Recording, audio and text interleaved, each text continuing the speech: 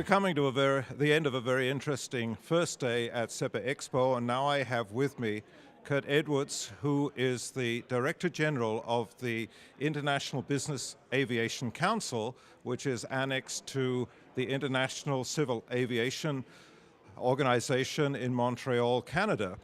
And he is an expert on all the things which are going on around the world which pertain to aviation and in particular to business aviation. And Kurt, I'd like to ask you, what are your impressions of CEPA EXPO? Your first time here, the first day is finished. Tell us what you feel about it.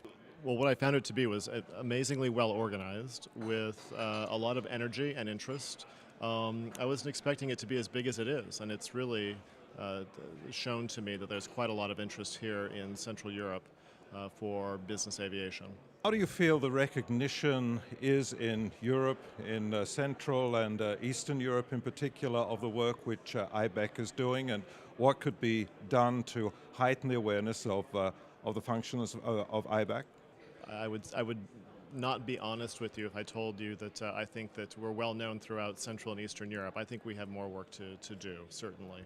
And it's not just here. I think that a lot of it is because policymakers and regulators don't really know what business aviation is. The automatic default is to commercial scheduled air transport. So there's more that we can do, both in reaching out to the communities here in Central and Eastern Europe, as well as dealing more and informing more the policymakers over in this area.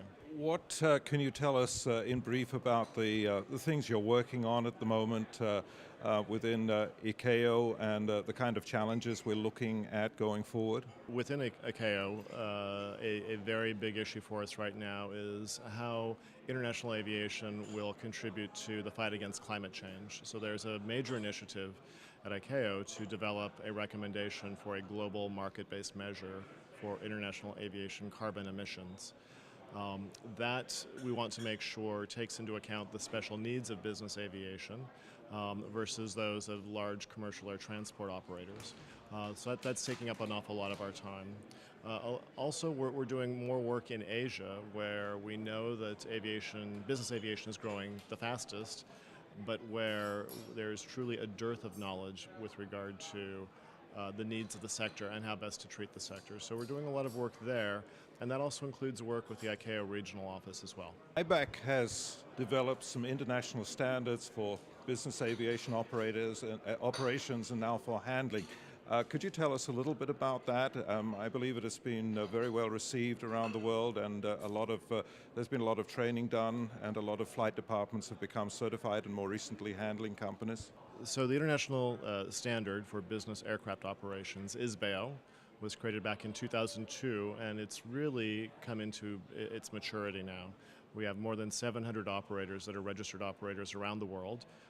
More than 1/3 of those are charter operators, which is amazing when you think that the standard was created for non-commercial operators. So what we're seeing is the commercial world is finding a real utility for the standard.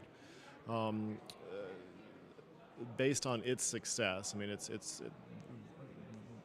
the program is formed around the concept of a safety management system, and that's really at its core. And it's been so successful there that when the European Business Aviation Association came to us and said there's a real need to have something similar for business aircraft handling, let's create an EXPO for ground handlers. And so it was around that model that we began working a couple years ago with EBAA to establish this program, which we just launched at the beginning of July. And we've already had several training sessions. I mentioned today at the conference how popular the first one was at Paris, and we're looking forward to receiving the first audit report so that we can register our first ground handler. That's very good, and thank you. Thank you, Kurt, for being here. Thank you for the insights, and thank you for informing us about the work of EXPO. People here now know a great deal more about the function of EXPO, the good work you're doing, and we really appreciate you being here. Thank you so much.